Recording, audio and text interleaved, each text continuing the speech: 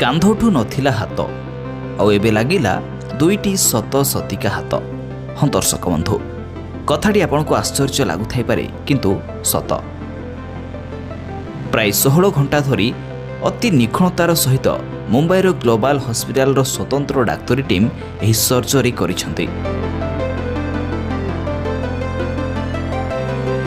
ରାଜସ୍ଥାନର ଆଜମେରର 33 ବର୍ଷୀୟ ଯୁବକ ପ୍ରେମାରାମ ସେ ଆରମ୍ଭ କରିବାକୁ ଯାଉଛନ୍ତି ନୂଆ ଜୀବନ। ପ୍ରାୟ ଦଶନ୍ଧି ହେବ ପ୍ରେମାରାମଙ୍କ ହାତ ନଥିଲା।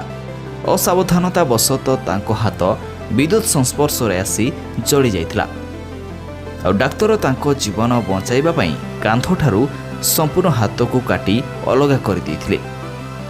ହାତ କଟିଯିବା ପରେ ତାଙ୍କ ଜୀବନରେ ଅନ୍ଧକାର ଛାଇ ଯାଇଥିଲା।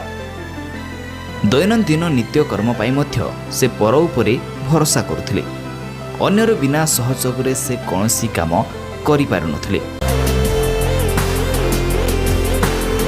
ପ୍ରାୟ 10 ବର୍ଷ ଧରି ଏଭଳି ଅଭିଶପ୍ତ ଜୀବନ ବିତାଇବା ପରେ ଏବେ ବିଜ୍ଞାନ ତାଙ୍କୁ ଦେଇଛି ନୂଆ ଜୀବନ। ମୁମ୍ବାଇର ଗ୍ଲୋବାଲ ହସ୍ପିଟାଲରେ ତାଙ୍କର ଏକ ବିରଳ ଅସ୍ତ୍ରୋପଚାର କରାଯାଇଛି। ଏହି ଅସ୍ତ୍ରୋପଚାର ସାରା ଦେଶରେ ଚିକିତ୍ସା କ୍ଷେତ୍ରରେ ଏକ ମାଇଲଖୁଣ୍ଟ ବୋଲି କହିଲେ ଅତ୍ୟୁକ୍ତି ହେବ ନାହିଁ। ପ୍ରାୟ 16 ଘଣ୍ଟା ଧରି ଅତି ନିଖୁଣତାର ସହିତ ମୁମ୍ବାଇର ଗ୍ଲୋବାଲ ହସ୍ପିଟାଲର ସ୍ୱତନ୍ତ୍ର ଡାକ୍ତରୀ ଟିମ୍ ଏହି ସର୍ଜରୀ କରିଛନ୍ତି ଆଉ ଏଥିରେ ତାଙ୍କୁ ମିଳିଛି ଏହି ବିରାଟ ସଫଳତା।